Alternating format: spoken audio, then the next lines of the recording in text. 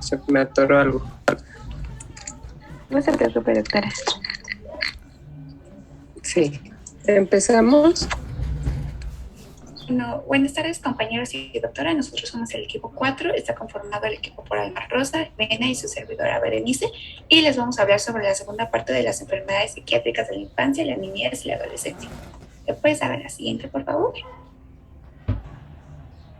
En el contenido, pues vamos a ver primero los objetivos, después vamos a ver los trastornos motores, vamos a ver dos, que son los trastornos de los TIC y los movimientos estereotipados, y luego vamos a ver los trastornos de la conducta alimentaria, los trastornos de la alimentación y posteriormente los trastornos destructivos del control del control de los impulsos y de la conducta, y finalmente pues las conclusiones, el caso clínico, las preguntas respectivas, y vamos a mostrar las fuentes consultadas. Entonces, ¿le puedes dar a la siguiente, por favor? Bueno, en cuanto a los objetivos, pues va a ser poder brindar al grupo las principales generalidades de los trastornos motores de la conducta alimentaria, de la alimentación, para poder reconocer en la práctica médica, así para poder también identificar sus principales características. Igual va a ser dar a conocer los principales comportamientos de los niños cuando presentan trastornos destructivos de control de los impulsos, de la conducta, pues para poder reconocernos en la práctica médica y poder saber cómo abordarlos. Entonces, empezando con el primero, vamos a ver los trastornos motores. Estos van a ser un conjunto de síntomas psiquiátricos que se van a caracterizar por los movimientos motores anormales. Estos se van a incluir en los trastornos motores del neurodesarrollo que están incorporados al DMC5, que ya estábamos viendo en las clases pasadas. En este caso, pues, los trastornos motores van a estar conformados por los trastornos de desarrollo de coordinación, los trastornos de movimiento estereotipados, que van a incluir varios, y los trastornos de las TICs. En esto se van a incluir los trastornos de Tourette, el trastorno de tics motores o vocales persistentes crónicos, el transitorio, y los trastornos específicos y los no específicos, que son los que no cumplen con los criterios de los adultos. Perdón, en los criterios de los anteriores. ¿Le das la siguiente, por favor?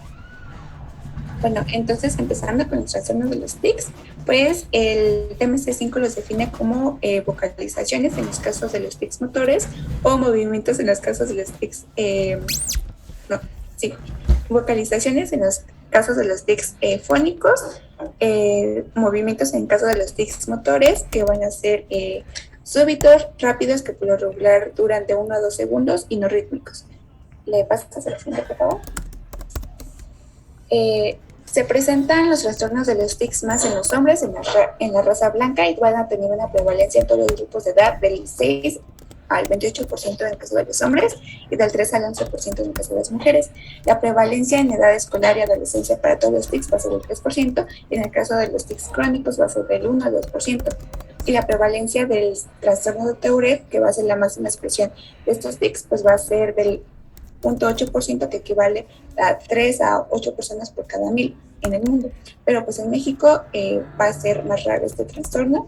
Se menciona que tiene una incidencia de 5 a 30 personas por cada 10,000, y en el 2019 se mencionaba que en México había nada más 50,000 casos reportados con el trastorno de Tourette. Por lo regular, los tics van a estar asociados a otros trastornos, como es el caso del TDAH y del TOC. El debut principal de los tics se va a dar de los 4 a los 6 años, y su máxima expresividad se va a dar a principios de la segunda década de la vida, y después de ahí va a tener a la remisión y después a la atenuación o a la atenuación posterior. Esto por lo regular va a ser común en todos los trastornos del movimiento. En el caso del trastorno de Tourette, el 75% va a mostrar mejoría y solo un tercio va a presentar remisión. Le das a la siguiente, por favor. En cuanto a los aspectos clínicos, los tics se van a clasificar según la clínica en dos, en motores y vocales. En cuanto a estos, pues a su vez se van a clasificar en simples y complejos. En cuanto a los motores, estos van a ser, en los simples, se van a caracterizar porque va a haber nada más un movimiento único de un solo grupo muscular. En este caso pueden ser como los parpadeos o el giro del globo ocular. En cuanto a los complejos, se van a caracterizar por una secuencia coordinada de movimientos que van a implicar varios grupos musculares, y estos se asemejan por lo regular a actos, a gestos, como es el caso de saltar, o hacer otros movimientos complejos. En cuanto a los vocales, en los simples van a ser ruidos o sonidos que van a ser como toses, carraspeos o inspiraciones nasales. En caso de los complejos, aquí va a participar pues la lingüística, bueno, va a haber lingüística más elaborada y va a haber una participación cognitiva más elaborada. En este caso puede ser como repeticiones de palabras o de algunas frases. ¿Le das a la siguiente, por favor? Entonces, en algunos ejemplos de los tics motores simples, pues vamos a tener, como lo vemos en la tabla, pues parpadeos, movimientos oculares, movimientos labiales, giros o sacudidas del cuello, de cabeza, tensión de algunos abdomen, o también puede ser incluso castañar los dientes. En caso de los motores complejos, como lo podemos ver, pueden ser gestos como dar saltos, aplausos, acariciarse o tener ciertas posturas o inclinarse o girarse.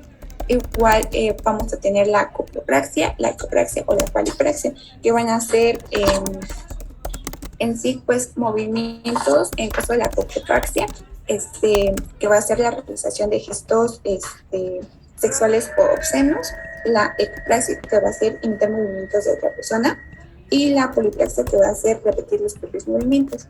Estos por lo regular van a darse de acuerdo a otros estímulos, como los vamos a ver más adelante. Después darle el siguiente, por favor. Entonces, en caso de los tics vocales, en los simples, pues van a ser carraspeos, tos, sorber, ladridos, etc. En caso de los complejos, como lo podemos ver, pues van a ser emisiones de palabras o sílabas o frases.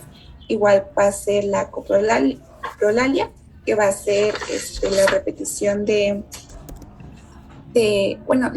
decir palabras obscenas o groseras, la ecopraxia, que va a ser repetir la última palabra o la frase que después se escucha, y la palipraxia, que va a ser repetir sonidos propios. Igual vamos a tener que pueden ser cambios del acento o la prosodia, que va a ser como que dar un énfasis a una palabra en donde lleva el acento. ¿Le das a la siguiente, por favor? Igual se pueden clasificar de acuerdo al tipo de movimiento, como los tics clónicos o micrónicos, que estas son contracciones musculares breves que se dan en menos de 100 milisegundos, que van a ser rápidas y bruscas, que por lo regular van a ser los tics simples, como los parpadeos o los movimientos oculares. Igual vamos a tener los tics distónicos, que van a ser contracciones musculares sostenidas, pero más de 300 milisegundos, que van a ser lentas, de torsión o forzadas en una postura.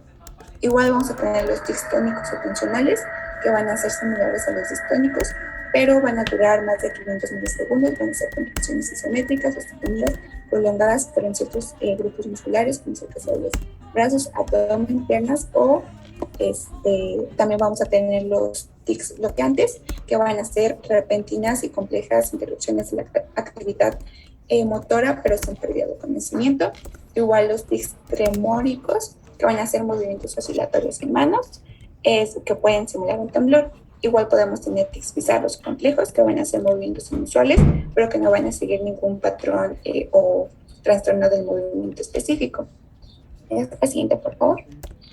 Otra clasificación van a hacerlo de acuerdo a la etiología, en fisiológicos y patológicos, y en las condiciones asociadas.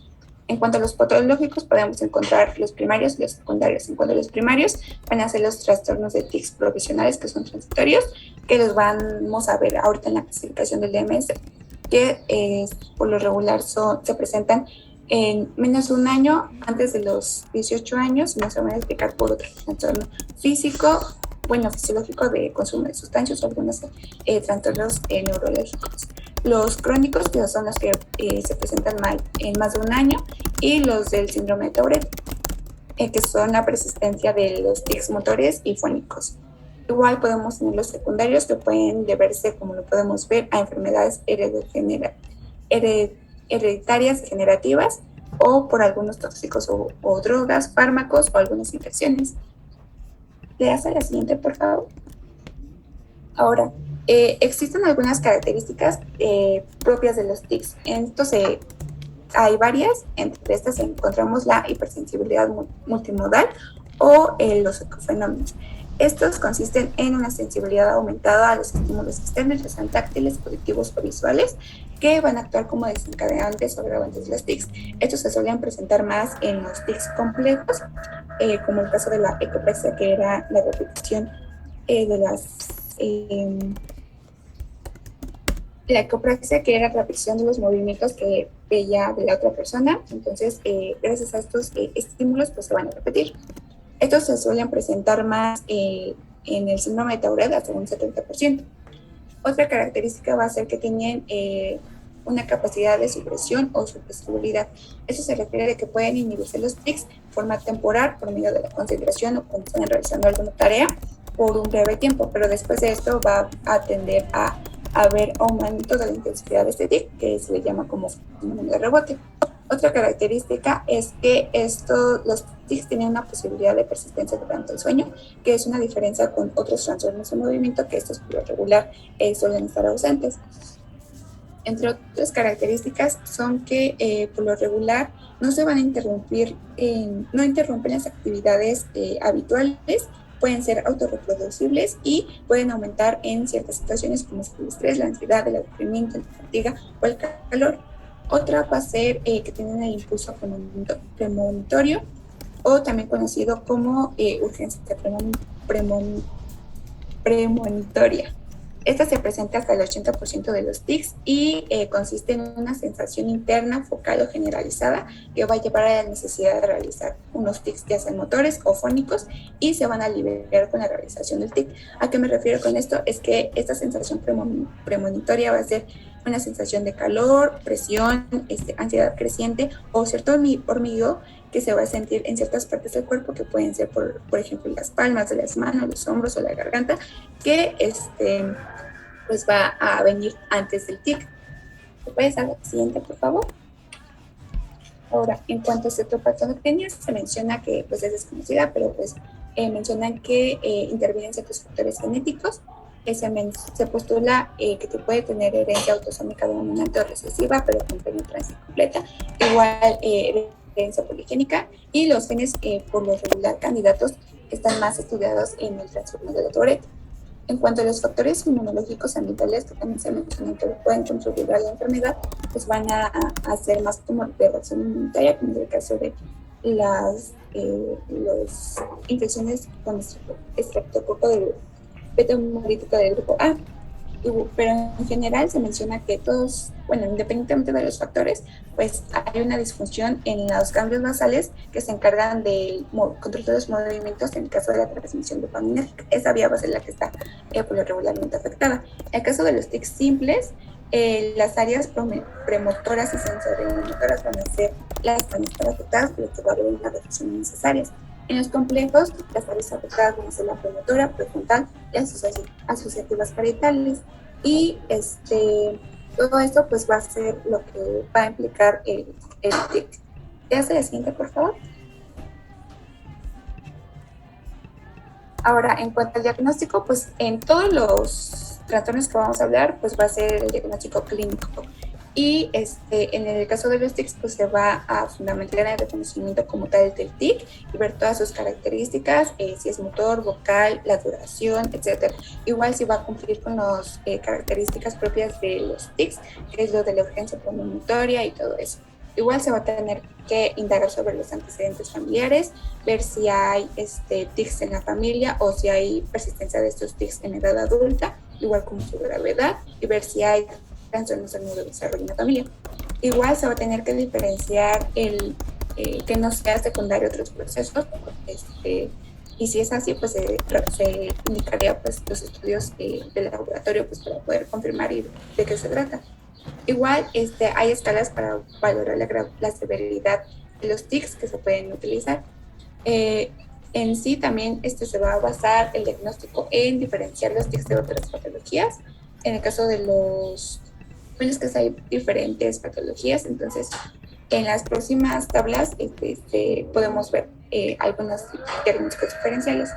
Igual el diagnóstico se va a basar en la detección de comorbilidades, ya que como se les mencioné al inicio, el TDAH se presenta hasta el 90% de los casos y el TOC es el 40% de los casos. ¿Le hace la siguiente, por favor? Pero lamentablemente esta es la noticia del momento. Podemos ver algunos diagnósticos diferenciales que marca el Kaplan, en donde podemos ver la edad de inicio que se suelen presentar estas enfermedades que llevan consigo trastornos del movimiento, algunas manifestaciones que están asociadas y el curso que suele tener. Entonces, ¿les pasa? Así bien. Ahora, en cuanto a los criterios diagnósticos, en el caso del trastorno de Tourette, tenemos que va a consistir en tics motores múltiples de uno o varios, que van a tener también tics motores vocales. Estos no necesariamente van a estar en forma concurrente, pero pues están presentes los dos. Otro criterio diagnóstico es que se van a presentar en más de un año, por más de un año antes de los 18 y no se pueden atribuir a efectos fisiológicos o de una sustancia o otra afectación médica.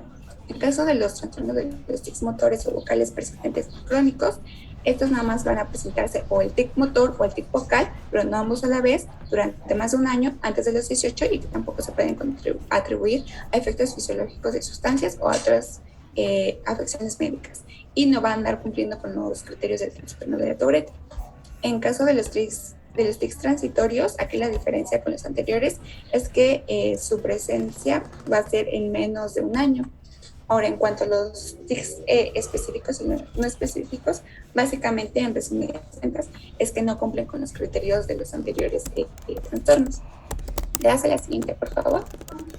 Ahora, en cuanto al tratamiento, se va a basar en la psicoeducación, que va a ser, pues, explicar la naturaleza de los tics tanto al paciente como a los padres, informar sobre el pronóstico y el curso probable de los tics. Igual, tenemos que ver las comorbilidades y, pues, sacar un pronóstico de acuerdo a esto y explicar los diferentes tipos de tratamientos. Entonces, en general, si tenemos comorbilidades, pues se van a tratar las comorbilidades. Y en caso de que nada más tengamos, y ya en el tratamiento de los tics, pues se va a basar en la terapia conductual, que esto se va a basar en, hay dos opciones. Está la terapia de la reversión del hábito, en donde se le pide al paciente que, pues, se le explica que trate de reconocer la urgencia premonitoria y ya cuando la reconozca, pues, trate de realizar un gesto menos sobresaliente para que de esta manera se pueda suprimir el tic. Y en caso de la otra terapia es la terapia de la exposición y prevención de la respuesta, que aquí, después de que se reconoce la urgencia premonitoria, pues que el paciente intente suprimir el tic. Entonces, de esta manera consta el tratamiento. Entonces, en caso de que estas terapias no funcionen o no haya mejoría clínica, pues se puede recurrir al tratamiento farmacológico, que va a basarse en los fármacos alfa-2 agonistas y los antipsicóticos. Y en caso de que no funcione, por lo regular se queda en este escalón, se puede recurrir a la estimulación cerebral profunda. Entonces, le das a la siguiente, por favor. La siguiente tabla nosotros podemos observar algunos fármacos antipsicóticos que se pueden utilizar o los alfa-2 agonistas. Entonces, ahí está la posología y los efectos adversos que se suelen presentar y algunas observaciones por si los quieren checar más adelante. Le das a la siguiente, por favor. Ahora, en cuanto a los trastornos de movimientos estereotipados, pues estos van a ser trastornos motores que se van a caracterizar por presentar estereotipos. Entonces, ¿qué son las estereotipas? Pues van a ser un patrón de comportamiento motor funcional repetitivo que va a estar coordinado y va a ser rítmico, que suele interferir en la calidad de la interacción social, académica, de algunas otras actividades e incluso pueden provocar lesiones. Estas estereotipas van a tener la característica de que se van a presentar siempre en la vigilia y van a ser van a seguir un repertorio único del individuo, o sea, son como que únicas y detergentes de cada quien. Y pueden presentarse en ciertas etapas de la vida y ya después desaparecer, o pueden presentarse durante mucho tiempo en la persona. ¿Le das a la siguiente, por favor? En cuanto a la epidemiología, tenemos que se van a dividir en primarias y secundarias, y a su vez se van a dividir en simples y complejas. Entonces, en el caso de las simples primarias, se van a presentar hasta el 70% de los niños en el desarrollo, y en cuanto a las complejas, pues del 3 al 4%. En cuanto a las secundarias, su prevalencia va a ser hasta del 60% y se presentan, el trastorno que la presenta más hasta el 88% va a ser el trastorno del espectro autista. Las estereotipas se suelen presentar más en los niños menores de 3 años y tienen predominio por el sexo masculino. Su pico de incidencia por los regulares a los 12 meses y suelen persistir durante la adolescencia y la edad adulta. Veas la siguiente, por favor. En cuanto a su etiopatogenia, hay varias teorías en donde dicen que por lo regular los movimientos que se van a realizar en el caso de las estereotipas se hacen constantemente y van a ser como de autoconsuelo. Es por eso que viene como negativo y positivo. Se menciona que ante situaciones como estresantes o donde la persona no quiere estar, va a hacer un movimiento como de movimiento de los brazos, chuparse los dedos, los labios o andar enrollando el cabello, como de tipo autoconsuelo para poder salir de ese momento. Y de positivo como para poder provocar alguna sensación deseable a la hora de que realices ese movimiento. Entonces, esa es una teoría por la cual se explican las estereotipas. Entre otras está que por lo regular las estereotipas suelen reflejarse porque hay ciertas alteraciones en la maduración del neurodesarrollo, particularmente motor. Igual que se pueden deber a una alteración en la regulación sensorial, porque pues, suelen presentarse más en los pacientes que tienen problemas de sensoriales, así como el trastorno de espectro autista o con deficiencias intelectuales o sensoriales propiamente dichas. Igual que la anterior, pues va a deberse a factores genéticos, pues hay cierta predisposición genética y las alteraciones neuropatológicas que se suelen asociar, pues van a ser el hipotálamo, la corteza orbitofrontal, el tálamo y en pocas palabras la vía dopaminérgica puede influir en su aparición y la colinérgica en su remisión. Veas a la siguiente, por favor. Ahora, como se los mencioné, se dividían en primarias y secundarias. En primarias se van a presentar en personas que no tienen ningún trastorno del neurodesarrollo persistente y tienen una inteligencia normal. Igual se van a dividir en simples y complejas. En las simples podemos encontrar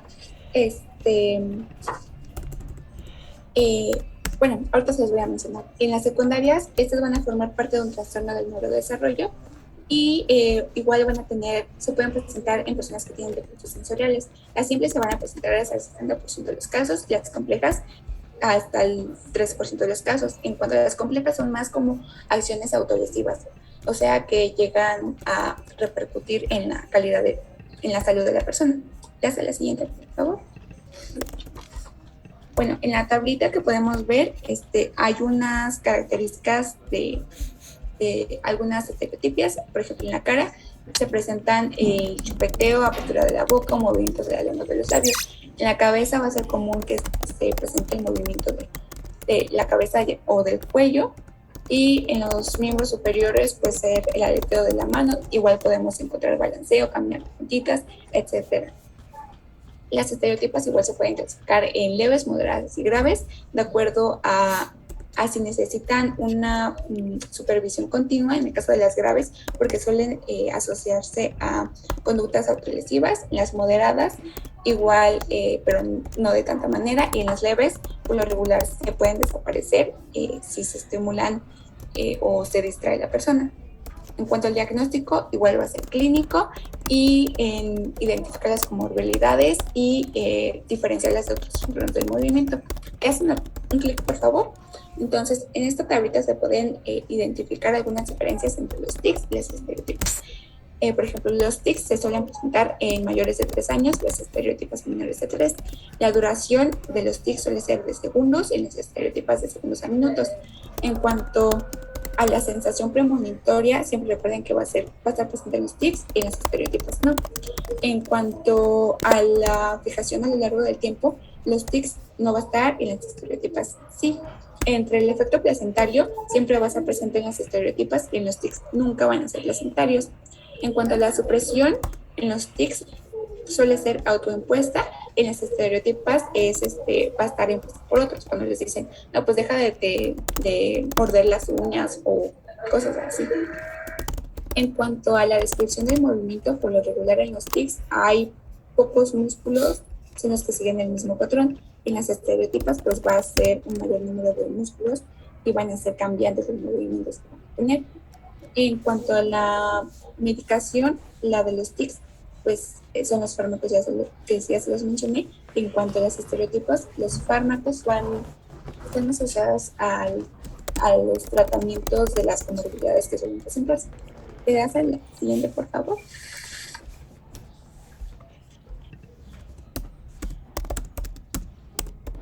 Ahora, en cuanto a los criterios diagnósticos, encontramos que se va a caracterizar por un comportamiento motor repetitivo aparentemente guiado que no va a tener objetivo.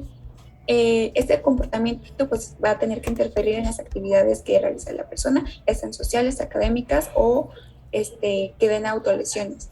El comienzo va a ser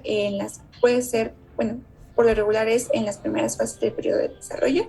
Y en cuanto a otra característica, igual que las anteriores, es que este comportamiento no se puede atribuir a otros efectos fisiológicos de sustancias y no se explica mejor que otro trastorno del neurodesarrollo. Igual se va a tener que especificar si se debe a alguna afectación médica o genética, porque por lo regular las estereotipas secundarias se presentan más en el trastorno de espectro autista, en personas que tienen pues, enfermedades genéticas o que tenían retrasos en el neurodesarrollo o específicamente en la parte sensorial. ¿Le das a la siguiente, por favor? En cuanto al tratamiento, pues va a depender de si son primarias o secundarias, pero en general va a depender de la gravedad de la clínica y si hay autolesiones.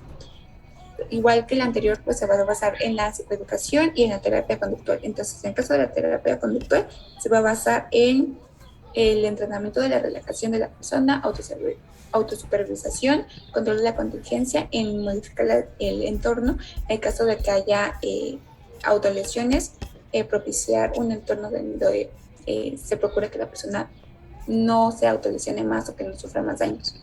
Y en cuanto a la terapia farmacológica, esta está ligada más que nada a tratar las comorbilidades asociadas que ya se las mencioné. Aquí pueden usarse antipsicóticos, antiepilépticos o inhibidores de serotonina, según sea el caso. En cuanto al pronóstico, pues va a depender mucho de las comorbilidades asociadas que se encuentren, pero por lo regular no causan tanto alteración. ¿Qué hace la siguiente, por favor?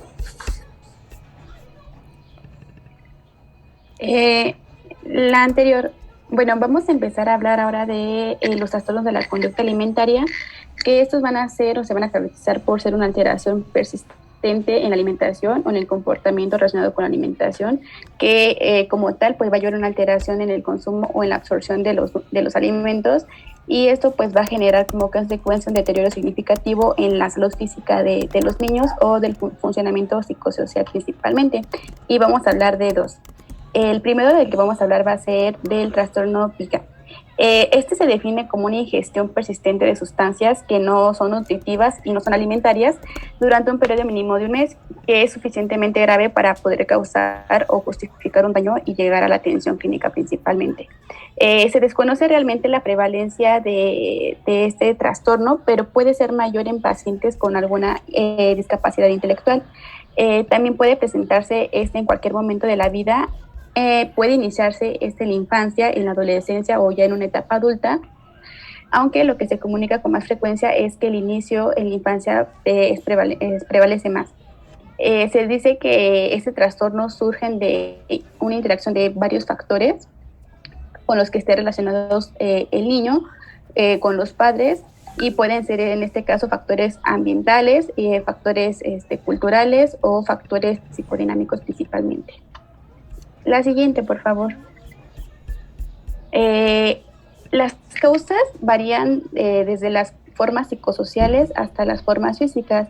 Entre estas pueden ser, o las que se describen, pueden ser déficits nutricionales, como puede ser el ejemplo de hierro, de zinc o de calcio, los ámbitos socioeconómicos desfavorables, malos tratos, un desamparo, una desorganización familiar que haya en el ambiente del niño, una falta de supervisión, trastornos mentales, trastornos de las conductas, un trastorno bioquímico o factores culturales y familiares principalmente. Se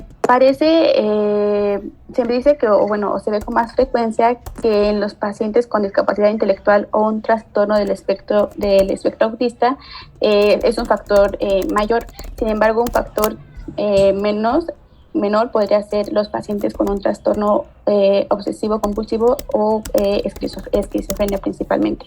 Y entre los factores ambientales, los que van a destacar principalmente van a ser el abandono, la falta de supervisión del niño o un retraso en el desarrollo en estos pacientes. Se menciona que generalmente puede remitir en la infancia o puede continuar durante la adolescencia y presentarse también en la edad adulta.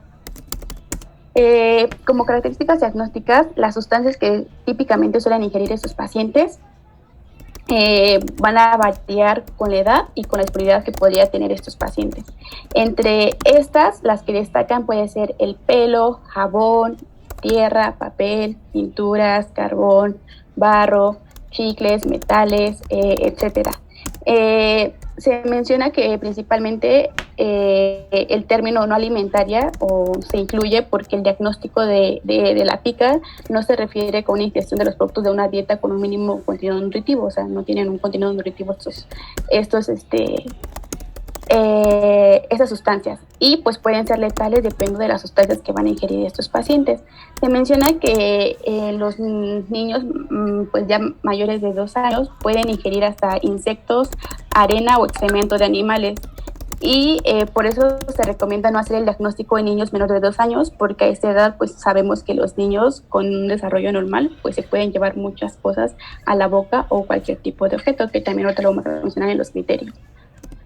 La siguiente. Bueno, entre los criterios de la DSM-5 vamos a manejar 4. Los clasifican como criterio A, B, C y D. En el criterio A, para estos pacientes, es que la ingestión persistente de sustancias no nutritivas y no alimentarias durante un periodo mínimo de 1 mes. En el criterio B se menciona que tiene que haber un consumo repetido de sustancias no alimenticias, como las que les comenté, que no son nutritivas durante al menos también 1 mes. En el criterio C lo que se menciona es el comportamiento alimentario es inapropiado para el nivel de desarrollo del paciente y no es culturalmente compatible ni socialmente normal.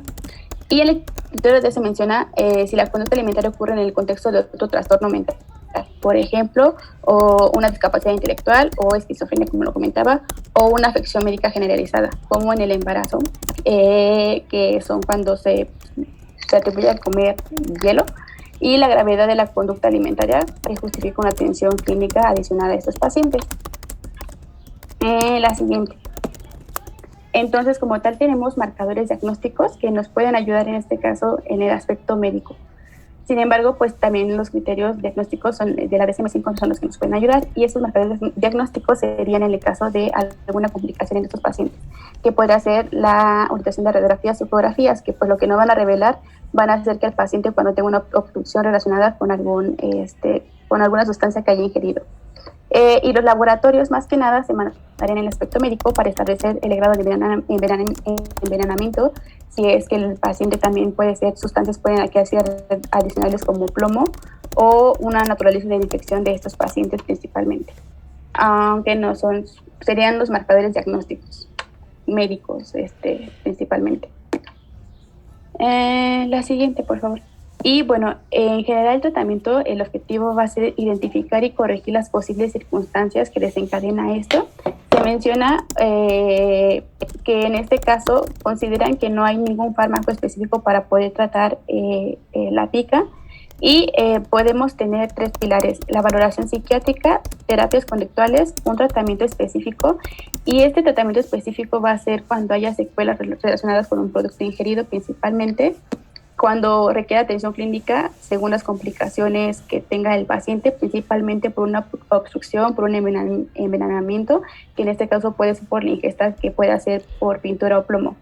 En general está indicado el tratamiento conductual, social y médico, y se menciona que para desarrollar como tal una estrategia de intervención eficaz es importante comprobar si existe una situación de abandono en esos pacientes, también una valoración psiquiátrica, para poder aquí detectar posibles trastornos mentales que tenga el paciente, y las terapias conductuales en concreto para un análisis del paciente con una discapacidad intelectual o un trastorno del espectro autista. También es importante aquí saber manejarlo, las secuelas relacionadas con el producto ingerido, que pueden requerir un tratamiento también específico, como en el caso de que el paciente presenta una anemia ferropénica o una parasitosis. En el caso de que la parasitosis, muchas veces porque los pacientes comen las heces de los animales, o la ingestión, también muchas veces los pacientes suelen comerse el cabello, la ingestión de cabello puede requerir también una intervención médica o quirúrgica principalmente. La siguiente, entonces las complicaciones principales, las que van a llevar un mayor riesgo, van a ser una intoxicación por plomo, una anemia ferropénica, lesiones dentales, alteraciones intestinales, en este caso van a ser las mecánicas o una perforación intestinal, y las infecciones. En este caso puede haber toxoplasmosis, toxofariasis o envenenamiento. Bueno, y el segundo trastorno que vamos a hablar aquí de la conducta alimentaria va a ser, vamos a hablar de rumiación, que este trastorno de rumiación, o también llamado mercicismo, va a consistir en la regurgitación repetida de los alimentos. La comida regurgitida puede volver a masticarse en estos pacientes, se vuelve a tragar o a escupir durante un periodo de como mínimo un mes tras un periodo de funcionamiento normal en estos pacientes. La siguiente. Como epidemiología, podemos tener que en un principio se pensaba que era un trastorno predominantemente en los niños y en personas con una discapacidad intelectual. Sin embargo, también se ha descubierto que el narcisismo en individuos sanos en cualquier momento de la vida puede aparecer y puede pasar también en la adolescencia. Se menciona también que en individuos sanos aparece en el primer año de vida, de 3 a 12 meses, tiene un curso episódico o constante hasta que se instala un tratamiento, y la forma habitual de la remisión puede ser espontánea o puede prolongarse. Los factores de riesgo en este trastorno de rumiación en bebés y niños pequeños incluyen como tal un problema de la relación de los cuidadores primarios, que haya una ausencia en el entorno estimulante apropiado, el abandono, situaciones estresantes, una conducta aprendida reforzada, la distracción de las emociones negativas y el refuerzo involuntario, o sea, de la atención de los cuidadores primarios. Y los factores de riesgo en el caso de los pacientes adolescentes pueden ser similares a los de los niños. También aquí algo importante va a ser el género, que va a ser predominantemente tal vez en el género femenino, y la comorbilidad, que pueden ser en este caso la depresión o la ansiedad en esos pacientes. La siguiente, por favor. Y también aquí tenemos los criterios de la DSM-5, que también maneja 4. Para poder, el criterio A, lo que nos menciona va a ser que hay una regurgitación repetida de alimentos que se pueden esos volver a masticar, tragar o escupir, y tiene que ocurrir durante al menos un mes. En el criterio B tenemos que la regurgitación de los alimentos no se debe a una condición médica como tal, como una enfermedad por reflujo gastroesofágico o una estenosis pilórica. Eso es importante también tener en cuenta. El criterio C menciona que la regurgitación ocurre únicamente durante el curso del trastorno por evitación o restricción de la ingesta de alimentos, la anorexia nerviosa o un trastorno por atracón o la bulimia nerviosa. Y en el criterio D menciona que la conducta alimentaria, si la conducta alimentaria ocurre en el contexto de otro trastorno mental, por ejemplo, puede ser una discapacidad intelectual o una afección médica. Y la gravedad de la conducta alimentaria justifica la atención clínica adicional en estos pacientes. Entonces vamos a tener características que nos van a apoyar al diagnóstico en esos pacientes, y principalmente va a ser la que podemos ver en esos pacientes la pérdida de peso y la incapacidad para alcanzar el peso esperado. Estas van a ser características frecuentes entre los niños con ese trastorno. En ocasiones también los niños adoptan una postura o posición característica, que va a ser la espalda estirada y arqueada y la cabeza colgándose atrás, y al tiempo que hacen movimientos de succión con la lengua. También se menciona que los bebés y en los individuos, en las personas adultas con una discapacidad intelectual, la conducta de la rumiación parece tener una función pues como tal, como tranquilizante o autoestimulante, y en esos pacientes se puede producir alguna desnutrición, y principalmente que esto puede derivar a las consecuencias que pueda tener en estos pacientes. Bueno, y para disimular esta regurgitación también muchas veces lo que hacen los niños es taparse la boca al toser, ¿no? Para que disimulen lo que está pasando y presentan alguna irritabilidad principalmente. El tratamiento como objetivo tiene que hacer un análisis conductual para determinar si el trastorno sirve como autoestimulación o es motivado socialmente principalmente. Y el primer paso de tratamiento consiste en un análisis conductual. El tratamiento conductual se va a centrar principalmente en reforzar la corrección de la conducta alimentaria, así como pues poder reducir al mínimo la atención prestada a este trastorno, ¿no?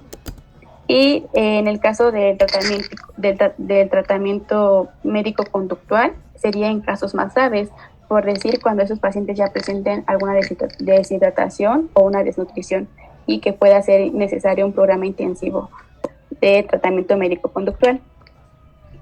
La siguiente, entonces, como complicaciones de este padecimiento o las características también que se van a empezar a notar con esos pacientes, va a ser la pérdida de peso, un retraso en el crecimiento, una malnutrición, una dificultad en el aprendizaje y principalmente una afectación en el desarrollo neurológico y en etapas más avanzadas principalmente. Bueno, de ahí el siguiente tema van a ser los trastornos de la eliminación. Estos van a representar un problema significativo tanto para lo que son los niños y padres como para los profesores y médicos tratantes, ya que se tienen que enfrentar a esta condición. Estos trastornos tienen una gran prevalencia en la población infantil y la mayoría de los casos pueden ser manejables en centros de atención primaria, o sea que lo que son los médicos generales y los psicólogos van a ser los que traten estas condiciones. La mayoría de los casos van a ser funcionales, con solo poquitos casos secundarios a lo que son causas anatómicas, neurológicas o psiquiátricas.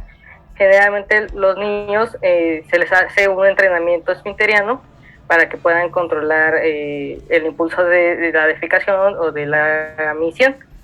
En caso del control esfinteriano anal se ocurre entre los 2 y 3 años y el vesical entre los 3 y 4 años. Aunque puede existir lo que es emisiones o evacuaciones a pesar de la edad, puede ser 4 años en lo que es la encopresis, que es la evacuación, y de 5 años en la enuresis, que es lo de la emisión de orina. Pero también hay lo que es como cierta controversia en estas edades, ya que hay aún altas tasas de prevalencia a pesar de supuestamente tener un control esfinteriano. Lo que es la prevalencia de los trastornos de eliminación, en niños y niñas de 7 años va a estar entre un 10% para la enuresis nocturna, del 2 al 3% para la enuresis diurna y de 1 al 3% para lo que es la encopresis. Estos trastornos pueden coexistir y a pesar de que tiene altas tasas de remisión, del 1 al 2% de los adolescentes siguen afectados por lo que es la enuresis y menos del 1% por lo que es la enuresis diurna o encopresis. En cuanto a sus factores, en cuanto a lo que es la etiología, los factores psicológicos están vinculados a lo que es el estrés derivado de situaciones como lo es el divorcio de los padres, al trauma escolar o el bullying, al abuso sexual, a la disfunción familiar o a la hospitalización del niño. En estos casos, lo que es la enuresis o la encopresis va a aparecer como síntomas de lo que es una regresión asociada a situaciones de estrés. También el retardo de lo que es el desarrollo o la inmadurez es una de las principales causas de estos trastornos de eliminación. La maduración sexual tardía se ha asociado con una alta prevalencia de enuresis en lo que es los adolescentes y existe una gran incidencia de enuresis en niños que tuvieron un retardo en lo que es el desarrollo psicomotor o el desarrollo del lenguaje. En cuanto a su relación con el sueño, se ha correlacionado lo que es la enuresis con una alteración del sueño no REM, pero en todas las fases del sueño se puede presentar lo que es la emisión involuntaria de la orina. En lo que es el cuadro clínico, los niños que presentan esos trastornos de eliminación, enuresis o encopresis, van a tender a ocultar lo que es su ropa interior, las sábanas o cualquier otro tipo de prenda, por temor a ser reprendidos, a ser castigados o ridiculizados por parte de lo que son sus padres o sus cuidadores.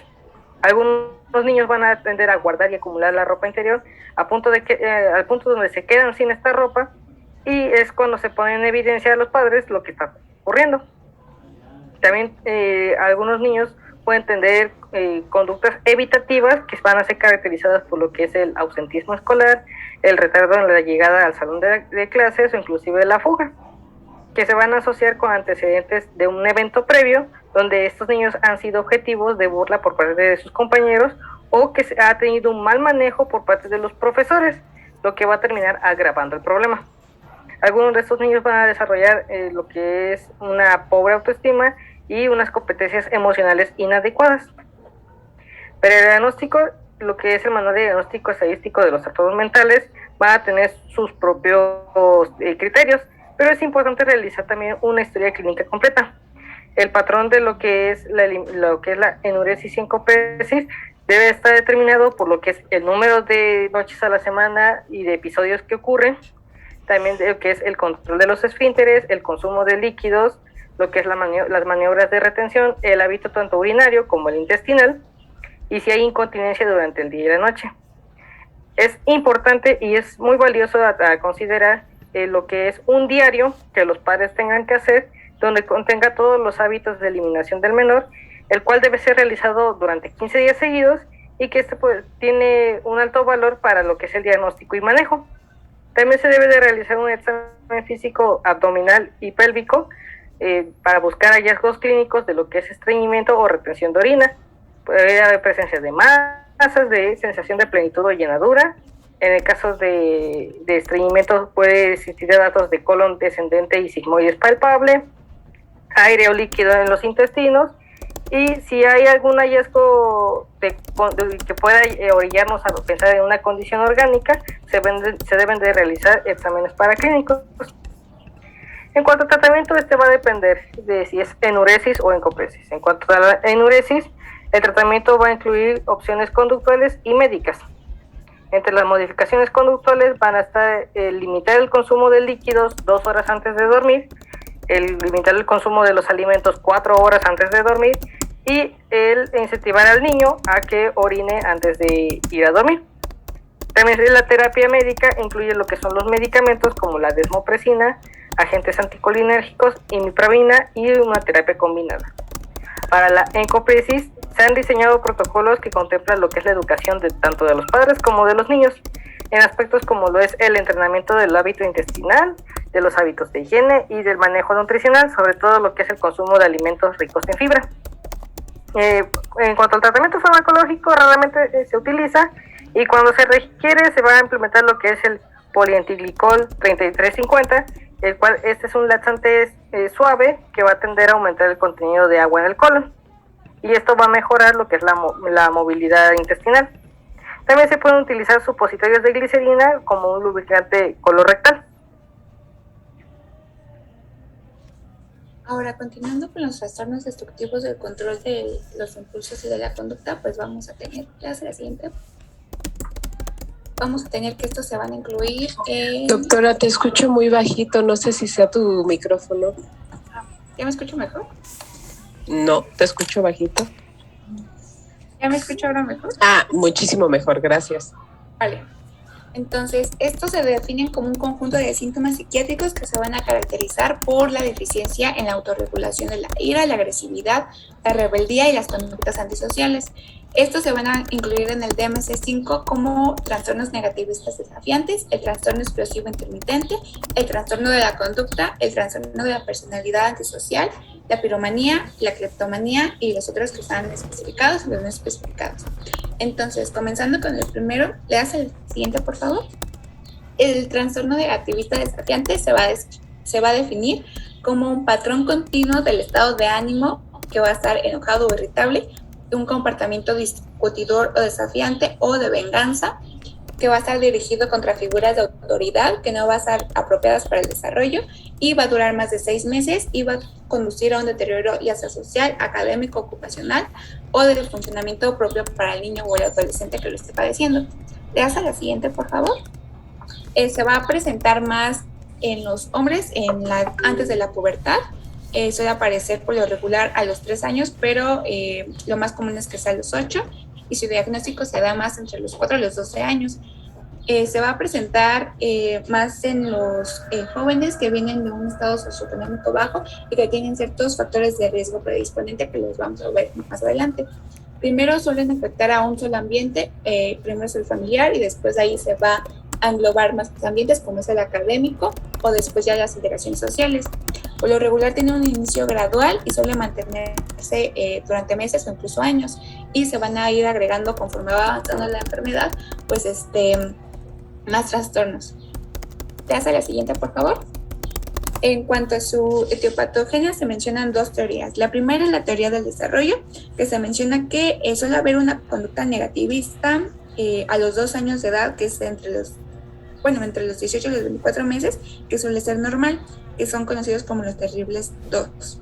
Entonces, en esta edad, el niño va a empezar a andar y se va a empezar a comportar con una actitud negativista o de rechazo, como una expresión creciente de su autonomía, ya que pues empiezan a querer andar solos, o sea, a caminar. Entonces va a ser patológico cuando esta conducta es persistente y las figuras de autoridad como los padres van a reaccionar de forma exagerada ante estas situaciones. Entonces por esa parte se explica. En la otra teoría se menciona que es la teoría del aprendizaje. En este caso se menciona que los comportamientos negativistas van a ser productos de conductas negativistas que están en el entorno del niño, principalmente de los padres, que son como castigos o gritos constantes. Entonces esto va a provocar que que se desarrollen conductas negativistas desafiantes y rebeldes contra la autoridad, que serían los padres, esto para poder llamar la atención de ellos y que se preocupen. En cuanto a los factores de riesgo, se menciona que suele ser el maltrato en la infancia, el abuso físico-sexual, la negligencia, el abuso emocional y la conducta paterna, que estos sean como conductas muy punitivas o severas, o que sean un entorno con muchos gritos o muchos regaños. En cuanto a los antecedentes heredofamiliares, se menciona que es más común este trastorno cuando tienen padres con trastornos del estado de ánimo, como depresión, o que también tengan trastorno negativista desafiante o trastornos de la conducta, TDAH, trastornos antisociales de la personalidad o de consumo de sustancias. ¿Te hace la siguiente, por favor? En cuanto a las características clínicas, pues va a ser el estado de ánimo colérico o irritable. Esto quiere decir que pues, el niño va a perder el control con facilidad, se va a enfadar con facilidad y se van a mostrar irritables la mayor parte del tiempo. En cuanto a la conducta discutidora desafiante, pues aquí se va a caracterizar porque los niños suelen presentar que discuten muy frecuente con las figuras de autoridad o cualquier adulto, se van a negar a cumplir lo que se les pide, igual se saltan las normas de forma deliberada, van a provocar intencionalmente problemas con los demás, así como molestándolos cada rato, y no van a responsabilizarse de sus actos, sino que le echan la culpa a otros y justifican su conducta. En cuanto a la venganza, se menciona que los niños suelen ser maliciosos o tienen actitudes malintencionadas para poder descargar su ira. En cuanto a los entornos, primero, como se les mencioné, primero es el familiar, después suele involucrar el estado, el ámbito académico y así, pero por lo regular inicia por un entorno y ya después se va para más. En cuanto a otras características, es que los niños sí son conscientes por lo regular de su comportamiento que afecta a los demás y por lo regular este trastorno tiene muchos problemas consigo, ya que como la conducta interfiere mucho con las relaciones interpersonales, entonces los niños o las personas afectadas van a tender a a tener menos amigos, menor grupo social, va a interferir mucho en su rendimiento escolar, van a decaer sus notas, van a ser rechazados y esto va a provocar que se vuelvan solitarios, que haya una disminución en su autoestima por lo mismo, que tengan tendencias ya después depresivas y que posteriormente tiendan al consumo de sustancias pues como una manera de desahogo. Igualmente pueden desarrollar una baja tolerancia a la frustración. Hace la siguiente, por favor. En cuanto al diagnóstico, va a ser clínico y se va a basar en los aspectos que se encuentran en la historia clínica. Entre estos encontramos que se debe hacer una entrevista tanto al paciente como a los padres para poder referir las conductas que suelen tener los niños. Igual ver los factores de riesgo y evaluar el estado mental. En cuanto a la evaluación familiar, se va a tener que evaluar el estilo de crianza que se tuvo, cómo se resuelven los conflictos en la familia y por parte del niño afectado, ver si hay situaciones de estrés familiar, si hay igual abuso de sustancias, Y en cuanto a la evaluación escolar, pues se va a tener que evaluar el rendimiento académico en ese momento y en años anteriores. Igual ver si hay problemas del aprendizaje, ver las relaciones con los compañeros y ver las relaciones con los profesores y ver si hay algunos factores de riesgo en la escuela que contribuyan a esta conducta. Esa es la siguiente, por favor. En cuanto a los criterios diagnósticos, pues en el A se menciona que se caracteriza por tener un patrón de enfado, irritabilidad con discusiones o actitudes desafiantes o vengativas que debe de durar por lo menos 6 meses y debe de cumplir con los 4 síntomas que se deben de exhibir con todas las personas excepto con el hermano.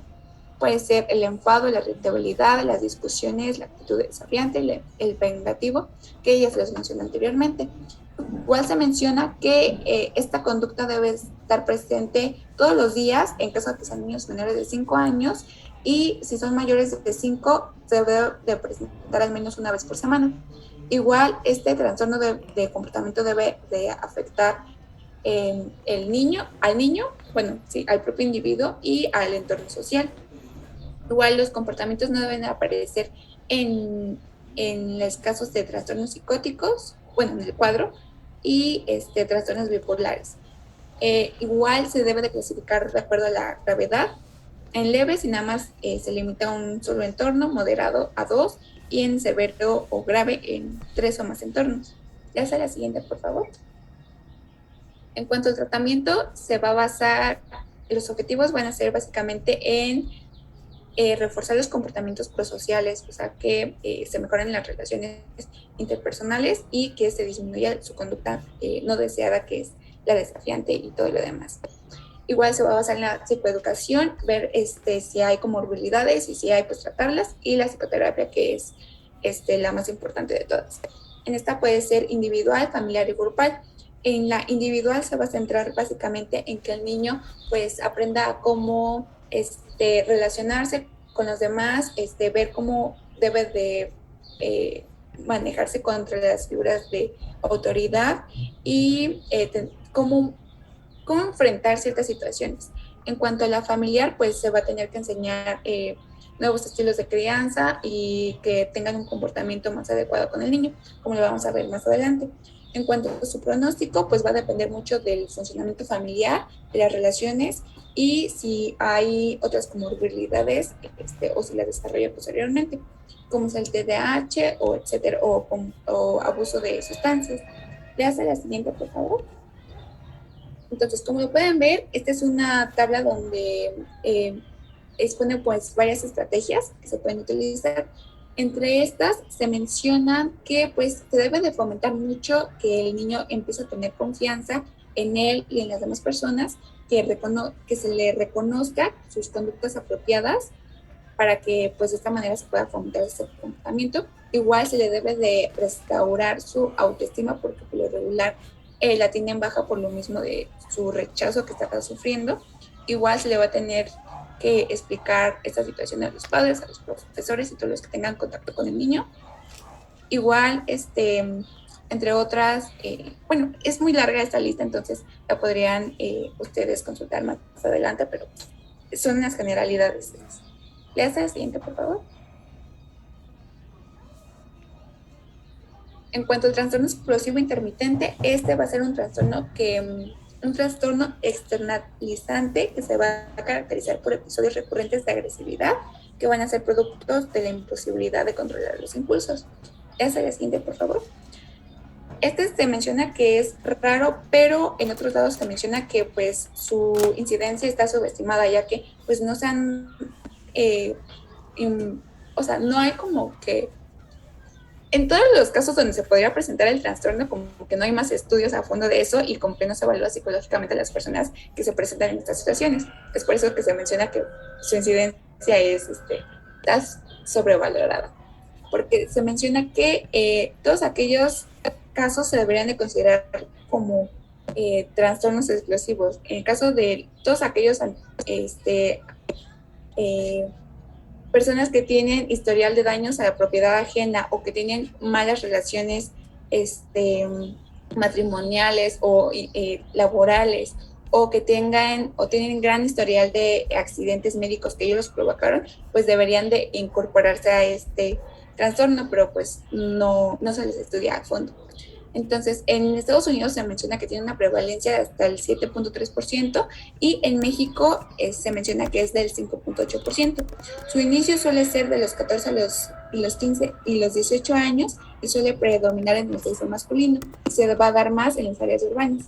Veas a la siguiente, por favor. Ahora, para poder decir que es una conducta agresiva, tenemos que saber a qué se le refiere con una conducta agresiva. Pues la conducta agresiva va a ser todo acto físico o verbal que va a estar dirigido contra una persona o un objeto y que va a tener el potencial de producir un daño.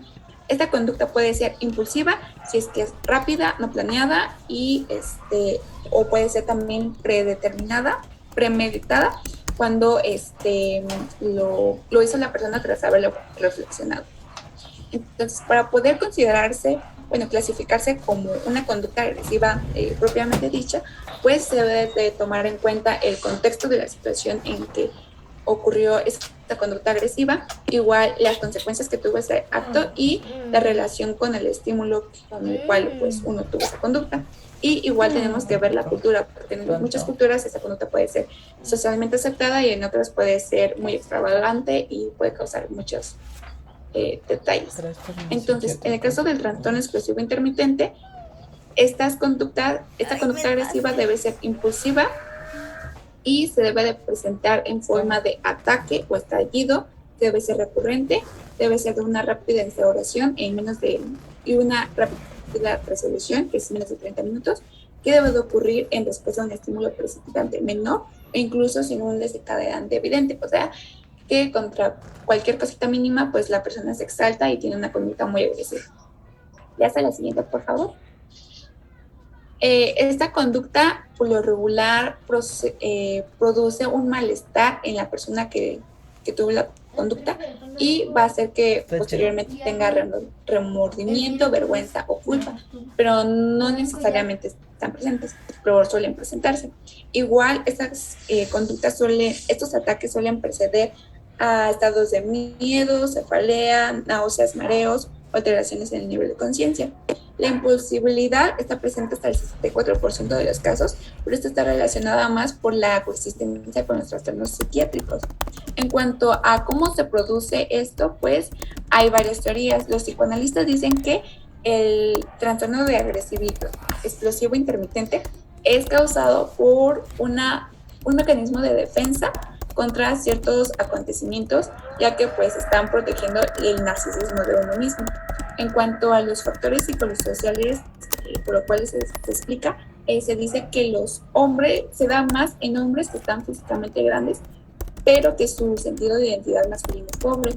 Esto referido a que por lo regular estos pacientes o nacieron prematuros o tienen traumatismos o algo que haga que no sientan la debida confianza en ellos mismos, pues tiendan a tener estas conductas. Igual se puede deber a que haya una disminución en la transmisión serotoninérgica, ya que pues esto puede ocasionar que haya una disminución en el efecto del castigo del comportamiento que suele haber. Igual hay predisposición genética y suele ser más frecuente cuando hay antecedentes heredofamiliares. Igual la conducta, para que se desarrolle, suele ser más frecuente en personas que tienen antecedentes de haber convivido en un lugar donde haya hostilidad, opresión o que estén frustrados de manera tempranamente. Veas a la siguiente, por favor. En cuanto al diagnóstico, es importante recalcar que un único episodio de conducta agresiva pues no es diagnóstico y se tiene que valorar al paciente mucho de sus ámbitos interpersonales y en sus historiales ocupacionales, etc. Se menciona que si nosotros indagamos en la historia clínica, por lo regular vamos a encontrar que en la infancia el paciente tuvo una vivencia, su ambiente estuvo muy relacionado a violencia, ya sea familiar o vivencia pues, exterior, que vivió en medios donde hay mucho alcoholismo o que haya tenido inestabilidades emocionales. Igual sus historiales laborales pues van a ser pobres, casi no dura en el mismo trabajo o dura muy poco tiempo y anda cambio de trabajo. Igual va a tener problemas matrimoniales y con la ley por lo mismo de su conducta agresiva. Igual se puede encontrar que el paciente ha ido a ayuda psiquiátrica, pero pues se desespera y la deja porque no ha tenido resultados. Igual el paciente puede estar ansioso, puede tener sentimientos de culpa o depresión que van a seguir los ataques. Igual podemos encontrar ciertos datos neurológicos en su exploración, como ambivalencia de derecha a izquierda o asimetrías en los reflejos, etcétera, pero están más relacionados con los accidentes que luego llega a tener. Igual, en cuanto al diagnóstico, pues se va a tener que evaluar las comorbilidades, que suelen ser muy frecuentes, y se deben de descartar otros diagnósticos diferenciales. Léase la siguiente, por favor. Entonces, los criterios del DMC-5 menciona que en el punto A que deben haber arrebatos de comportamiento que se deben de reflejar como una falta de control de los impulsos de la agresividad, deben de costarse de la agresión verbal o la agresión física, y se menciona que pueden estar afectando, o sea, pueden producir daño o no pueden producir daño, pero siempre van a tener consecuencias. Igual, el punto B menciona que la magnitud de la agresividad expresada debe ser desproporcionada con respecto a la provocación o se debe de presentarse en cualquier factor estresante social. El C menciona que los arrebatos agresivos recurrentes no son predeterminados y no van a perseguir ningún objetivo como dinero, poder, intimidación y todo eso. El D dice que los arrebatos agresivos recurrentes van a provocar un marcado malestar en el individuo y siempre tienen consecuencias, ya sean económicas, legales, etc. Igual se menciona que el individuo en general pues suele tener una edad cronológica de 6 años. Y también se puede establecer el diagnóstico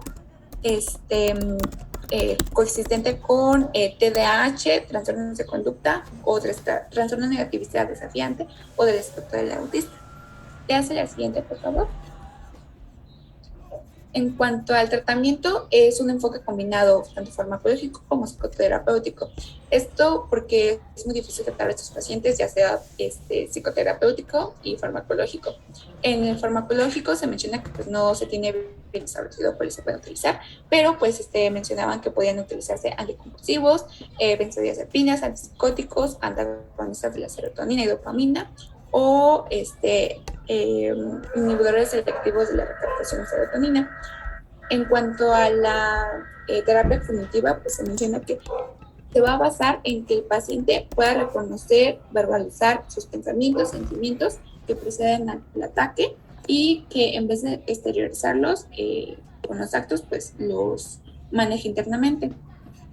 Igual, en cuanto a su evolución, pues depende mucho de la persona y de sus comorbilidades. En esto se menciona que pueden tener un inicio repentino o insidioso, y igual pueden tener un transcurso episódico o crónico, entonces va a variar mucho. Y la gravedad pues puede disminuir a lo largo del tiempo, pero si hay una disfunción orgánica puede incluso ocasionar que haya episodios más graves, más frecuentes y que tengan más problemas a futuro. ¿Te hace la siguiente, por favor? Ahora vamos a empezar con el tercero, que va a ser el trastorno de la conducta, que esto se define como un conjunto de conductas que van a implicar oposición de las normas sociales y a los avisos de las figuras de las como autoridad, cuya consecuencia más destacada en estos pacientes es el fastidio o la perturbación en la convivencia con otras personas. Esas personas pueden ser compañeros, los propios padres, profesores y personas desconocidas. Se menciona que entre la población se estima que de un 2 al 10% puede padecer este trastorno, con una media del 4%, y la prevalencia aumenta principalmente en la infancia y la adolescencia y prevalece más en el sexo masculino principalmente. La siguiente. ¿Cómo se va a desarrollar y cómo es el curso de ese trastorno de la conducta? Se menciona que el inicio pues, puede producirse en niños en preescolares. Los primeros síntomas significativos en este trastorno van a aparecer en un periodo de la infancia media o también en la adolescencia. Y se menciona que el trastorno negativista desafiante puede ser un precursor a este trastorno de conducta. En el caso, ahora vamos a ver cómo se clasifican en el caso del tipo infantil. El curso del trastorno después de su inicio es variable en la mayoría de los individuos y remite en la edad adulta, si se podría hacer. Y en el caso de los que son de tipo en la adolescencia, pueden ser de forma leve, son de una forma leve y pueden lograr una adaptación social y laboral adecuada ya en forma adulta, a consecuencia o a inversa de los que se desarrolla en la infancia, que posiblemente se vaya empeorando conforme avance el tiempo o tiene un peor pronóstico principalmente. La siguiente, por favor. Los factores de riesgo en este trastorno podemos combinarlos en los ambientales y los genéticos y fisiológicos. En el caso de los ambientales, los factores de riesgo vamos a saber que hay familiares y los que tengan propios de la comunidad. Entre los factores de riesgo a nivel familiar, principalmente destaca el rechazo, la negligencia por parte de los padres, la disciplina severa, que hay un abuso físico sexual en esos pacientes, la falta de supervisión, y los cambios frecuentes de cuidadores de una familia muy numerosa principalmente, o que hay en la misma familia haya delincuencia o ciertos tipos de psicopatologías familiares. En el caso de los actores de la comunidad, principalmente es el rechazo de los compañeros hacia el paciente, la asociación con un grupo de compañeros delincuentes, que en estos ambos tipos de factores de riesgo tienden a ser más frecuentes y graves entre los individuos con el subtipo de trastorno de conducta de inicio infantil.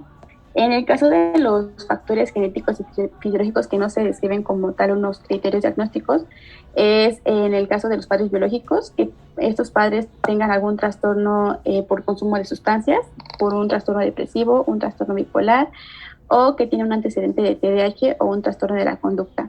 Y en el afecto fisiológico se menciona que, no es un criterio, sin embargo se menciona o se ha observado diferencias funcionales y estructurales en las áreas del cerebro asociadas a la regulación y el procesamiento del afecto, principalmente en las conexiones límbico-frontotemporales, pero pues no sería un diagnóstico poder realizar una tomografía en estos casos. Las características diagnósticas se van a basar también por criterios. En el caso del criterio A, la principal característica del trastorno de conducta va a ser un patrón de comportamiento persistente y repetitivo en el que no se respetan como tal los derechos básicos de los otros, ni las normas o reglas sociales propias de la edad, que es lo que comenta el criterio A. Y estos comportamientos se van a clasificar en 4 grupos principales de conducta. De conducta agresiva que causa o amenaza como tal un daño físico a otras personas o a animales también. De los criterios vamos a hablar, son 15. De los criterios A1 al A7 vamos a hablar de conductas no agresivas que causan daño o destrucción de la propiedad. De los criterios A8 a criterios A9 vamos a saber del engaño o robo. Y criterios de A10 a 12, transgresión grave de las normas, principalmente. Tiene que haber 3 o más comportamientos característicos durante los últimos 12 meses, con al menos un comportamiento presente en los últimos 6 meses, y esos problemas de comportamiento pues van a provocar principalmente, son 15 y se tiene que presentar 3, que son los que está el primero, agresión a personas o animales, que son se mencionan del 1 al 7, la destrucción de la propiedad. La siguiente, que es de la 8 a la 9, el engaño, robo, 10, 11 y 12, y el último, que va a ser incumplimiento de graves de las normas, del 13 al número 15. En el criterio B menciona que el trastorno del comportamiento provoca un malestar clínicamente significativo en las áreas sociales, académicas y laborales, y el criterio C menciona que la edad del individuo es de 18 años o más. No se puede hacer un diagnóstico si el individuo es menor de edad, y no se cumplen los criterios del trastorno de la personalidad antisocial principalmente. La siguiente, por favor. Entonces van a haber subtipos. En este caso se van a clasificar también la edad de inicio, la gravedad. En el caso del tipo de inicio, tenemos 3. El tipo de inicio infantil, que va a mostrar por lo menos un síntoma característico del trastorno antes de los 10 años. En el tipo de inicio adolescente, no muestra ningún síntoma característico de trastorno de conducta antes de los 10 años y en el tipo de inicio no especificado va a cumplir los criterios, pero no existe información para saber si el primer síntoma se presentó antes o después de los 10 años y por eso no se especifica. La siguiente, por favor. También la gravedad, en eso podemos ser de leve, moderada y grave. En el caso leve, aquí hay pocos o ningún problema de conducta.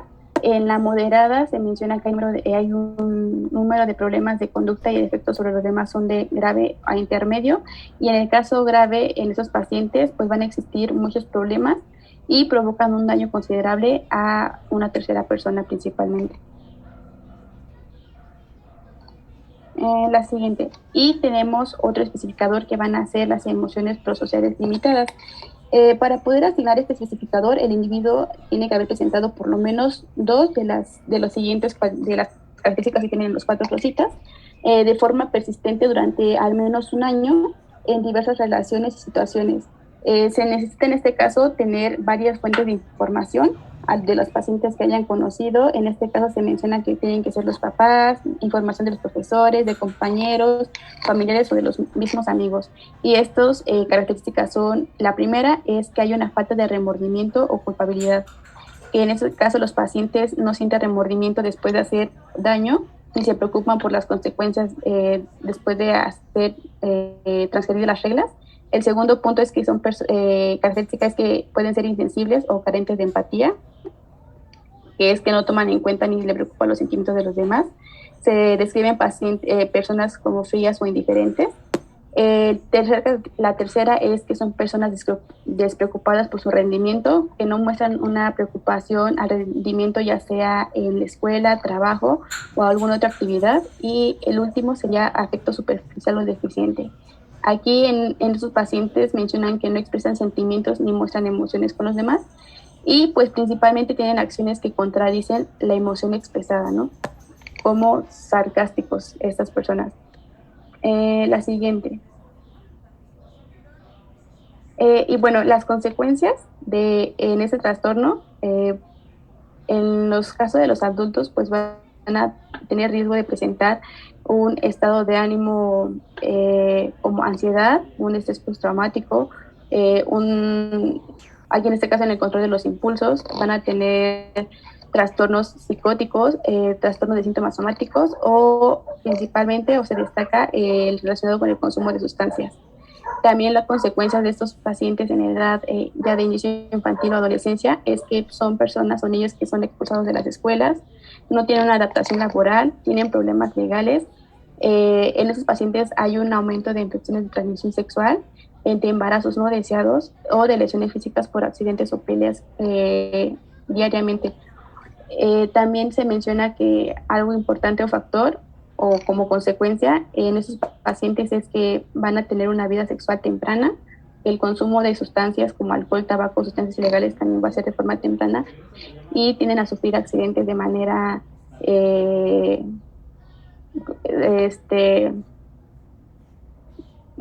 común. La siguiente. Y bueno, el tratamiento de esos pacientes, pues va a ser, el tratamiento también se enfoca principalmente en enfoque cognitivo y conductual, con una terapia familiar, terapia grupal o puede ser en el caso de medicamentos. En el caso de la terapia familiar se enfoca en hacer cambios dentro del sistema familiar, como mejorar las destrezas de comunicación e interacciones familiares. Y en el caso de los medicamentos, se menciona que en este trastorno de la conducta la medicación puede ser utilizada si están presentes otros síntomas o trastornos que pues sí pueden responder a la medicación, pero si no sería la terapia cognitiva conductual principalmente. Y hablando del otro trastorno, va a ser el trastorno de la personalidad antisocial, que va muy de la mano con el trastorno de la conducta. Se define como un patrón general de desprecio y de violación de los derechos de los demás. Comienza en la infancia o en la adolescencia y puede continuar principalmente hacia la edad adulta. Este patrón también ha sido denominado psicopatía, sociopatía o trastorno de la personalidad disocial, debido a que el engaño y la manipulación son características centrales en este trastorno principalmente. Y la prevalencia se menciona que es a los 12 meses de edad es del 0.2 al 3.3%, y la tasa más alta se muestra en los varones. La siguiente, por favor. La característica de estas personas principalmente son un patrón general de desprecio y de violación de los derechos de los demás. Esto comienza en la infancia, adolescencia temprana y continúa hasta la edad adulta. Estas personas, como lo comentaba, esas personas carecen principalmente de empatía, suelen ser personas crueles, cínicas y despectivos con sentimientos o derechos y sufrimiento de los demás. Tienen un antecedente de múltiples parejas sexuales. También mencionan que pueden haber desarrollado un trastorno de ansiedad, depresivo o también por consumo de sustancias. Y también tienen una forma irresponsable y explotadora en sus relaciones en general y en las relaciones sexuales y de pareja. También tienen dificultad para mantener una sola relación monógama, por eso también tienen múltiples parejas sexuales principalmente. En este caso tenemos los factores de riesgo, que van a ser factores genéticos y fisiológicos, factores culturales y de género. Del género van a prevalecer más en el sexo masculino.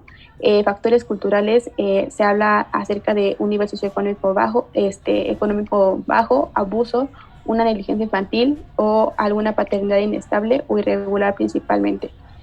Se menciona que en este caso los familiares biológicos de primer grado o los parientes biológicos del primer grado también tienen un mayor riesgo del trastorno, de síntomas somáticos y del consumo de sustancias. Y se menciona que en una familia con algún miembro con un trastorno de esta personalidad antisocial, los varones suelen desarrollar más a menudo el trastorno y algún trastorno por consumo de sustancias principalmente. La siguiente, por favor. Y bueno, los criterios que maneja también van a ser 4. En el caso del criterio A menciona que hay un patrón dominante de inatención y vulneración de los derechos de los demás, que se produce desde los 15 años de edad y que se manifiesta por las características que se mencionan del punto 1 al punto 7, y tiene que tener en este caso 3 o más para saber adaptar el criterio A. En el caso del criterio B se menciona que el individuo tiene como mínimo 18 años. El criterio C menciona que existe evidencia de la presencia de un trastorno de conducta antes de los 15, y el criterio D menciona que el comportamiento antisocial no se produce exclusivamente en el curso de esquizofrenia o un trastorno bipolar que tuviera el paciente. La siguiente, por favor. Y el tratamiento va a ser también, en este caso, es difícil a veces porque este tipo de personas, al tener la característica de poder tener el engaño, manipulación, muchas veces hasta que ellos no causen un daño, no necesariamente van a saber que necesitan un tratamiento, en el caso del tipo de adolescentes o adultos.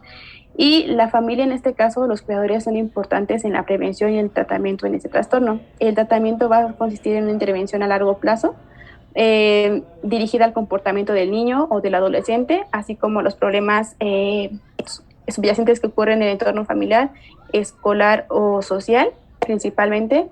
También el tratamiento se basa en un enfoque multidisciplinario y se adapta a la presencia de síntomas y circunstancias individuales, por decir, en aspectos del apoyo familiar, y el tratamiento concomitante de enfermedades psiquiátricas, en este caso un trastorno de déficit de atención o un trastorno del estado de ánimo por parte del psiquiatra o del paciente principalmente. Ya habíamos hablado de lo que es la piromanía, que va a ser el hecho recurrente, deliberado y decidido de prender fuego. Entre las características que se asocian va a estar la tensión y la excitación afectiva antes de prender el fuego. También va a haber fascinación, interés, curiosidad o atracción por el fuego, por las actividades o el material asociados con la extinción de incendios. Y el placer, la gratificación y el alivio que se va a sentir al provocar un incendio, al ser testigo de uno o participar en las consecuencias de uno. La diferencia entre lo que es la piromanía y los incendios provocados es que estos últimos se van a realizar con un fin de ganancia económica, con motivos de venganza o por otros motivos, y que estos se van a planear de antemano. En cuanto a su epidemiología, no van a existir información sobre la prevalencia de la piromanía, pero hay un escaso porcentaje de adultos que van a provocar incendios que se les puede clasificar como pirómanos. La piromanía se va a asociar de manera considerable a lo que es el trastorno de abuso de sustancias, sobre todo el alcoholismo. También va a estar asociado a lo que son los trastornos afectivos, los depresivos y los bipolares. Otros trastornos de control de los impulsos, como va a ser la cleptomanía, y varios trastornos de la personalidad, como lo va a ser el trastorno límite. Va a existir algo llamado que es la triada de McDonald, que va a vincular lo que es el zoosadismo o el maltrato a los animales, la enuresis y la piromanía infantil con comportamientos violentos, en particular lo que es el comportamiento homicida y el comportamiento sexual depredador, que es probable que desarrolle el niño en la adultez. También los factores psicosociales que van a estar relacionados va a ser una ansia anormal de poder y de prestigio social. El acto incendiario se va a considerar una válvula de escape para toda la rabia y la frustración que se acumula debido a un sentimiento de inferioridad, ya sea física, social o sexual. Va a haber una dificultad para lo que es distinguir entre lo que es la piromanía y la fascinación de los niños por lo que son las cerillas, los encendedores y el fuego en general, como parte de su investigación normal de su entorno. Los incendios provocados por niños se deben de tratar con lo que es la mayor seriedad y deben de tener intervenciones intensas, pero no se debe de castigar al niño. Lo que son los niños y adolescentes, el tratamiento de la piromanía va a ser la psicoterapia familiar. El pronóstico para los niños tratados va a ser bueno y la remisión total es un objetivo realista. El pronóstico en los adultos no es tan bueno debido a que no aceptan sus responsabilidades y tienen una falta de introspección. En cuanto a la cleptomanía, la principal característica de esta va a ser el fracaso recurrente a resistir el impulso de robar. Esos objetos que se roban van a ser innecesarios para su uso personal o por su valor monetario. Los objetos que van a ser robados a menudo se van a regalar, se pueden devolver de forma clandestina o se guardan y se esconden. La cleptomanía se va a caracterizar por lo que es el aumento de la atención antes de robar, seguido de la gratificación y disminución de la atención, ya sea con o sin sentimientos de culpa. Y el robo no se va a planificar y no va a implicar a ninguna otra persona. En cuanto a su epidemiología, la prevalencia de la cleptomanía se va a desconocer, pero se calcula que alrededor del 0.6% de las personas lo padecen. El intervalo de las personas que son arrestadas por robo que presenta cleptomanía tiene un amplio rango de variabilidad que puede ir desde el 3.8% al 24%. Generalmente las mujeres son más cleptómanas que los hombres, en un coeficiente hombre-mujer de 1 a 3. La cleptomanía puede iniciar en lo que es la infancia, aunque la mayoría de los niños y adolescentes que roban no se van a convertir en adultos cleptómanos.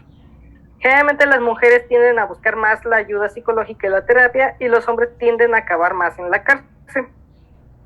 Se considera que los pacientes con cleptomanía muestran una comorbilidad elevada a lo que es el trastorno afectivo, sobre todo lo que es el depresivo, y varios trastornos de ansiedad durante su vida.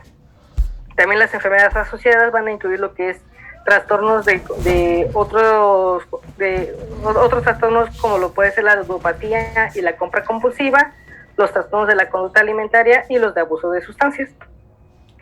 En cuanto a los factores psicosociales de la cleptomanía en niños, generalmente los niños van a robar como un medio para restablecer lo que es el vínculo madre-hijo que haya sido perdida.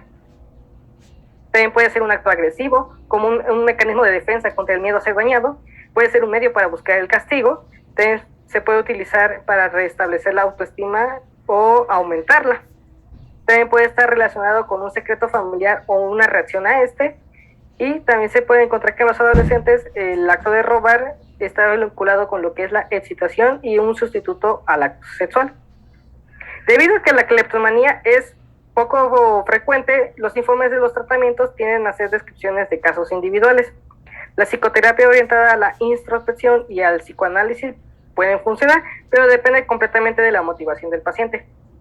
En los individuos que se sienten culpables y avergonzados, la psicoterapia orientada a la introspección puede ser de bastante ayuda, ya que da una mayor motivación para cambiar el comportamiento. La evolución de este trastorno puede crecer o puede disminuir, pero tiende a ser crónico. Los individuos a veces tienen ataques durante los cuales son incapaces de resistir el impulso de robar, que van seguidos de periodos de tranquilidad que pueden durar de semanas, inclusive meses y años. pero se desconoce lo que es realmente la tasa de recuperación espontánea de este trastorno. Bueno, ya por último, en cuanto a las conclusiones, tenemos que pues las enfermedades mentales van a afectar del 14 al 20% de los niños y adolescentes y su prevalencia va a ser mayor en individuos sometidos a factores ambientales predisponentes, pero pues su etiología en muchos casos pues va a ser, todavía no está establecida completamente. Pues como ya vimos, pues van a intervenir muchos factores, ya sean genéticos o neurobiológicos, etcétera. Y otro punto importante es que pues los prejuicios que van a acompañar a los servicios de salud mental, las barreras institucionales, la falta crónica de recursos del sistema público de salud mental, pues han contribuido a que muy pocos individuos afectados sean diagnosticados y sean tratados correctamente. Igual, estos trastornos no se van a manifestar por lo general como un fenómeno de todo o nada, o sea, que se presenten abruptamente y digan uno, este es un cleptómano o algo así, sino que pues te van a progresar desde problemas de adaptación hasta alteraciones del funcionamiento y pues más tarde pueden ser trastornos significativos y pues muy graves. Otro punto importante es que los problemas emocionales que se desarrollan durante la infancia y la adolescencia, por lo regular tienen un impacto significativo en el desarrollo y pueden continuar hasta la edad adulta. En la mayoría de los trastornos, el pilar del tratamiento, como ya lo vimos, pues va a ser la psicoeducación y las terapias conductuales. Y el tratamiento farmacológico es como adyuvante o es más referido como que al tratar las comorbilidades que tienen los pacientes.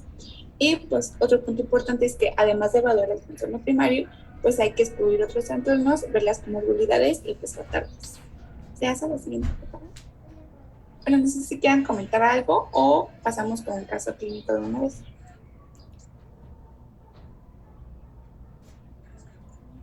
Bueno, vamos a continuar con el caso clínico.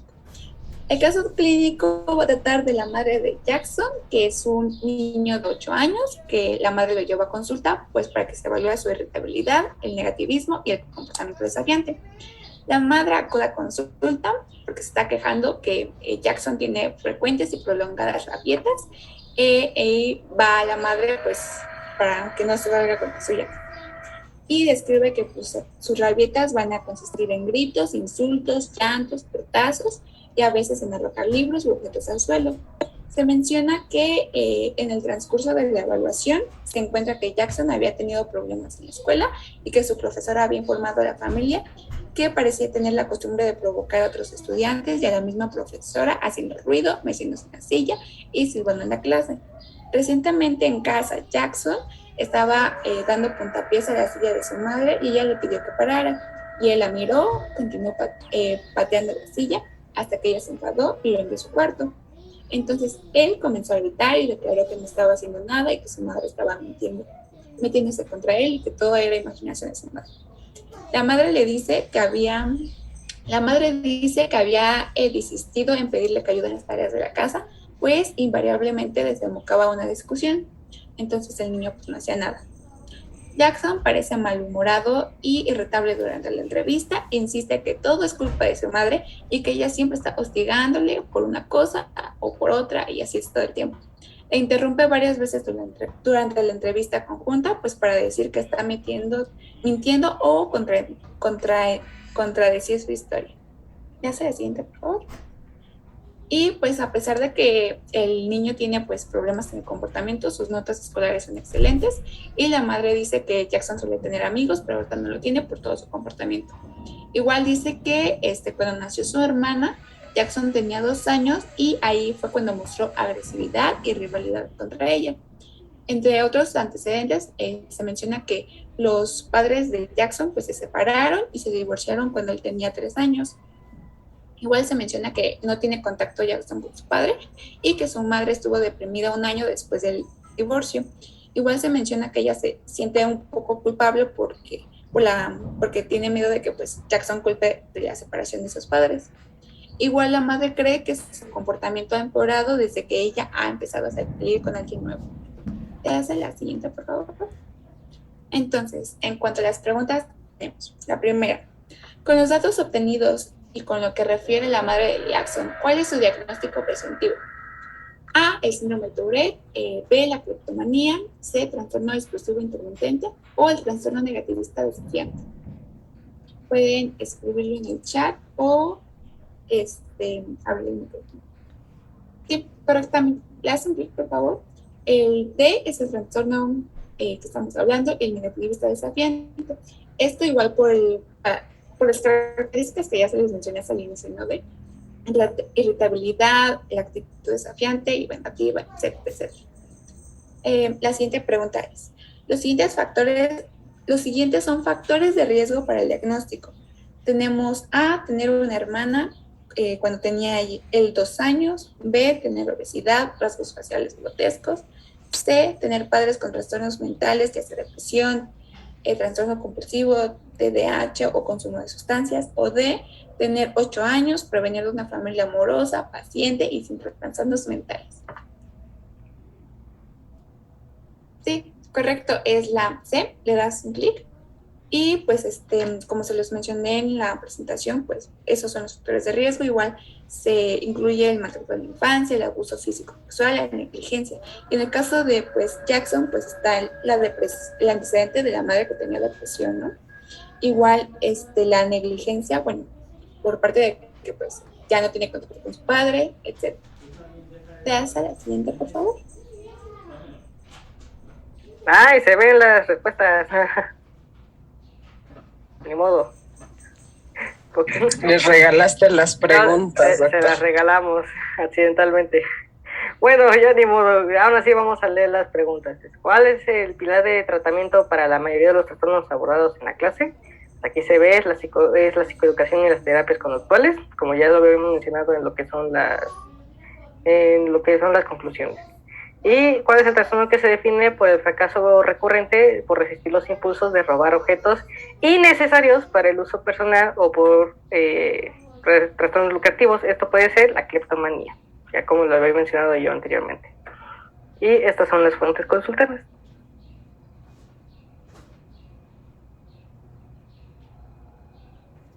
No sabemos si tienen algo que agregar, algo así.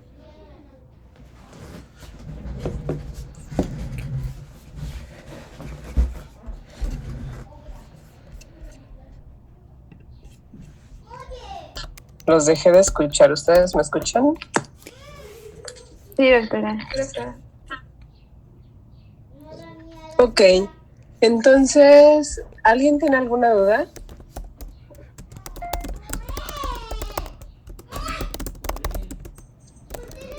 Creo que no, doctora.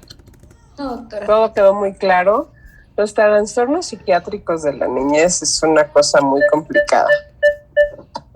Muy complicada en cuanto a que hoy día muchos de los padres tienen poca tolerancia y los maestros tienen demasiado estrés y entonces los acusan de muchas cosas, sobre todo TDAH o trastornos por déficit de atención. Pero estos son muy claros. La verdad es que este tipo de diagnósticos sí ameritan un manejo muy específico y un diagnóstico a tiempo. Para que ustedes diagnostiquen, por ejemplo, el tipo de encompresis, enuresis, pues necesitan saber el desarrollo normal de un niño y hasta qué edad máximo y cuándo tienen regresiones. Entonces, ¿por qué llegan a tenerlas? Por algún trauma. Estos tipos de diagnósticos sí es importante que mientras ustedes detecten esos detalles, se diagnostican y se manden al psiquiatra. Entonces, muchas veces o los padres no los dicen porque no los cuidan, o la abuela insiste, o hasta que llegan a la escuela en cierto grado empiezan a causar muchos problemas. Pero los trastornos desafiantes, la verdad es que también dependen mucho de la violencia familiar que viven. Y a veces es más un reflejo que un trastorno. Pero sí lo tienen que diagnosticar solo y exclusivamente por el psiquiatra. Sí va a estar como difícil que lo diagnostiquen como médico general o hasta como pediatra, porque necesitan un estudio muy específico para saber qué les dan más adelante como manejo y que les vigilan sobre todo, porque estas terapias conductuales pues necesitan mucha vigilancia y hoy día los papás no tienen tiempo de cuidar niños. Entonces nada más para que se lo lleven como siempre en mente que hoy hay mucho descuido infantil, ¿no? Y muchas veces pasan desapercibidos estos diagnósticos.